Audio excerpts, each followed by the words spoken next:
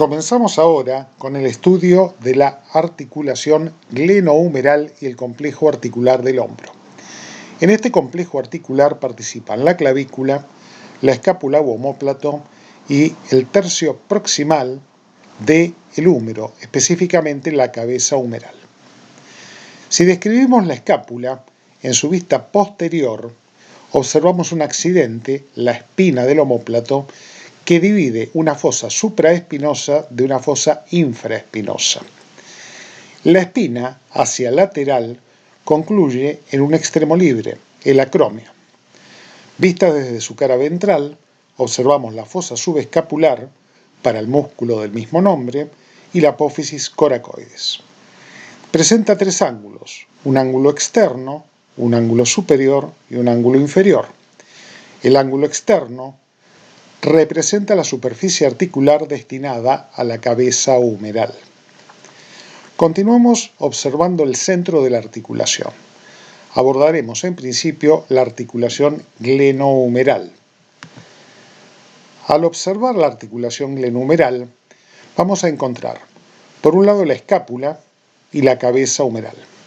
La escápula presenta una superficie ligeramente cóncava, la carilla articular o fosa glenoidea, que se adapta en forma imperfecta con la cabeza del húmero.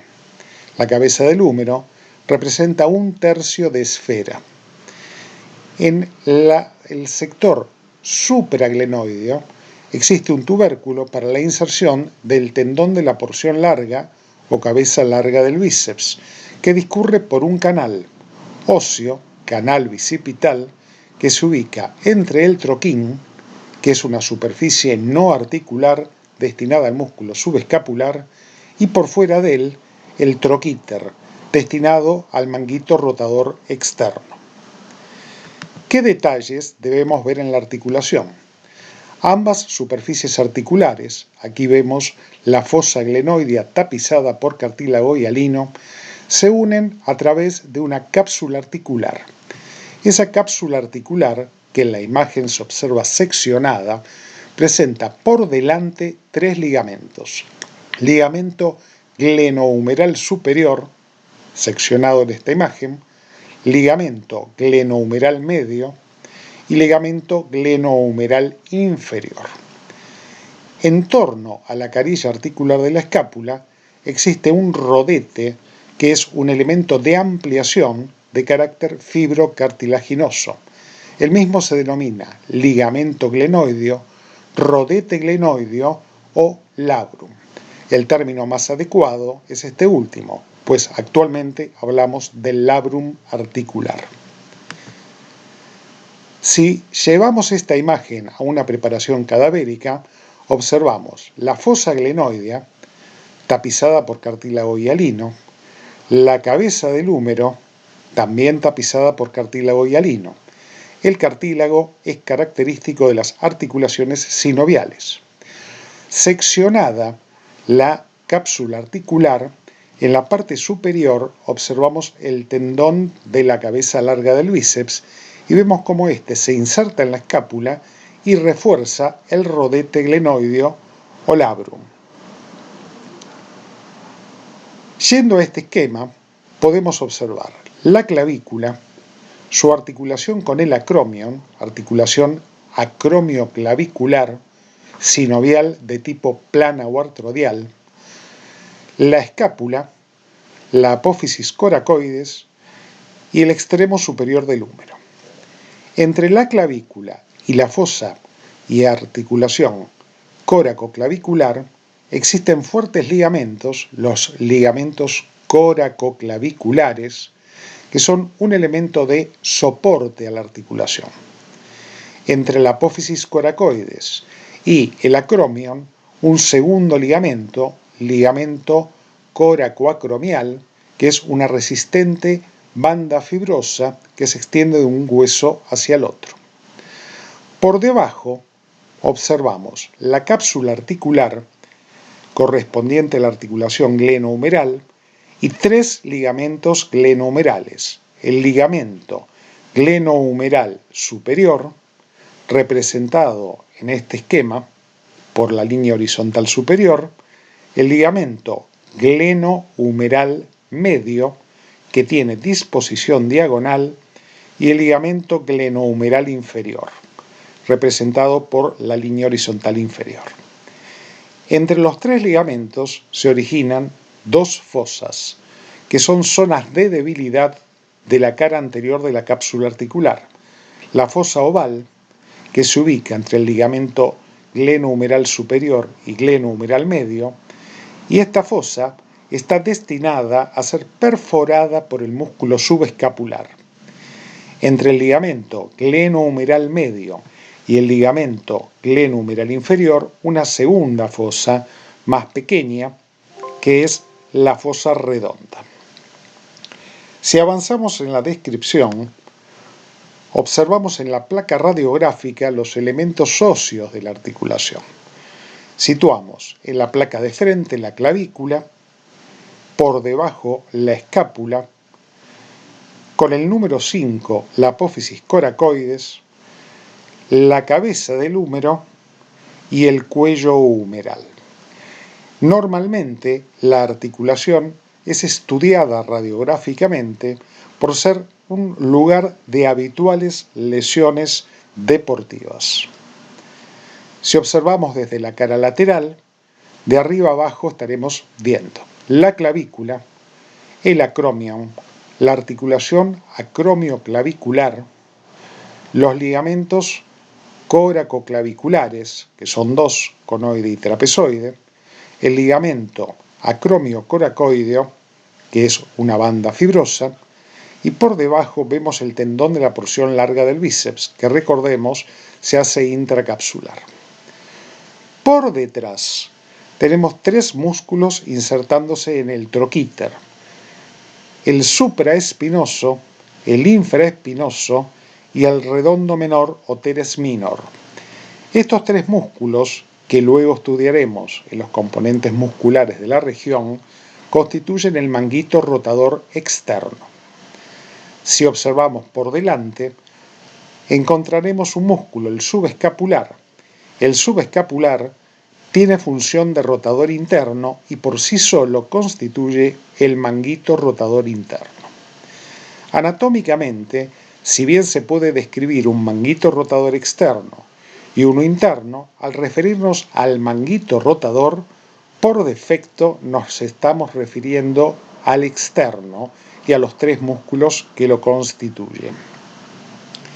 Observando la preparación, con el número 1 identificamos la articulación acromio-coracoidea, con el número 2 la ubicación del troquíter y el canal para el tendón del bíceps, con el número 3 la apófisis coracoides unida con su ligamento acromio-coracoideo y con el número 4 la apófisis coracoides. En este preparado de la región escapular, visto desde el plano dorsal, ubicamos la articulación glenohumeral y el manguito rotador externo. Con el número 1 identificamos el músculo redondo menor. Por encima de él vemos el músculo infraespinoso. Con el número 3 identificamos el músculo redondo mayor. El redondo mayor se extiende desde la escápula, de su borde axilar, hasta el húmero. Con el número 4, la cabeza larga del tríceps, que atraviesa un espacio triangular formado por el redondo menor, redondo mayor y el húmero. Al atravesarlo genera dos triángulos y un cuadrilátero. Por dentro, el triángulo homotricipital, por el que ha de discurrir la arteria escapular inferior subescapular. Por fuera, entre el húmero, la cabeza larga del tríceps y el músculo redondo mayor, el triángulo húmero-tricipital, por el que pasan el nervio radial y la arteria humeral profunda. Y por último, un cuadrilátero formado por el húmero por afuera, la porción larga del tríceps por dentro, el redondo menor por arriba y el redondo mayor por abajo, que se denomina cuadrilátero húmero-tricipital y por el que discurren el nervio circunflejo, rama terminal del plexo braquial, que es contenido axilar, y la arteria circunfleja posterior. Si nos detenemos en el manguito rotador, ubicamos de arriba hacia abajo el músculo supraespinoso, redondo menor y redondo mayor. Hacia abajo el cuello quirúrgico del húmero y por dentro la posición de la cabeza larga del tríceps y el cuadrilátero húmero-tricipital. Los músculos de la región, teniendo como centro la articulación glenohumeral, limitan tres regiones. Por detrás, la región escapular. Por delante, un gran espacio, la axila, y por fuera, la región deltoidea. Debemos identificar los músculos de estos componentes. La región deltoidea se halla formada por un solo músculo, que es el músculo deltoides, que observamos en un corte transversal. Yendo hacia adelante observamos la axila, con su pared anterior formada por el músculo pectoral mayor, pectoral menor, que se observan en este corte, y el subclavio, que ha quedado por encima del plano de sección. Por dentro podemos observar el tórax, las costillas y músculos intercostales y un delgado músculo que seguimos con el cursor, que es el músculo serrato anterior, pared interna de axila. Por detrás observamos el músculo subescapular, pared posterior de axila, y por fuera el músculo coracobraquial, músculo del brazo que constituye la pared externa. De esta manera, el espacio es de forma de pirámide cuadrangular con pared anterior, posterior, interna y lateral. Dentro de la axila tenemos contenido vasculonervioso, dado por la arteria axilar, la vena axilar y los troncos del plexo braquial que luego estudiaremos. Si efectuamos un esquema de un corte paramediano, es decir, vertical, cefalocaudal de la axila, podemos estudiar en detalle la pared anterior y la pared posterior. En el esquema ubicamos la sección de la clavícula. Por debajo de la clavícula, la pared anterior de la axila con el músculo subclavio o infraclavicular, el músculo pectoral mayor en un primer plano y el músculo pectoral menor por detrás de él. Estos tres músculos constituyen la pared anterior de axila. Por detrás habíamos nombrado el músculo subescapular, que se ubica en la fosa subescapular por delante de la escápula representada por la barra violeta. Por debajo del subescapular, el redondo menor y luego el redondo mayor. El subescapular y ambos músculos redondos constituyen la pared posterior de la axila. Por detrás de la escápula encontramos el supraespinoso, el infraespinoso y el platisma del dorso o dorsal ancho. Estos tres músculos pertenecen a la región escapular y no son considerados pared posterior de axila. El vértice de la axila es el lugar por donde ingresan los elementos vasculonerviosos y emerge la vena axilar. Es un espacio triangular que se encuentra limitado por la primer costilla, la clavícula y por detrás la escápula y apófisis coracoides. Esquemáticamente lo podemos representar con una línea que identifica la clavícula, una segunda línea que representa el borde superior de la escápula y una tercera línea que representa la costilla. En la primera costilla se inserta el músculo escaleno anterior y divide dos hiatos, un hiato preescalénico o espacio preescalénico y un hiato pos o retroescalénico. Por delante del escaleno anterior Sale de la axila a través de este vértice la vena axilar para transformarse en subclavia. Por detrás del escaleno, hiato posescalénico o hiato posterior, ingresa a la axila el plexo braquial, identificado en amarillo, y la arteria subclavia para transformarse en axilar. Todo elemento que ingresa o egresa de la axila debe hacerlo a través de este triángulo, que es el hiato de acceso axilar. Observando la preparación, identificamos con el número 5 el músculo deltoides, región deltoidea. El número 9, un surco que lo separa del pectoral mayor, que ha sido seccionado, surco deltopectoral, y al retirar el pectoral mayor podemos identificar, en este caso con el número 14, el músculo pectoral menor, músculo triangular que se inserta en la apófisis coracoides y en la tercera, cuarta y quinta costilla, completando la pared anterior de la axila. ¿Qué ocurre si retiramos el músculo pectoral menor?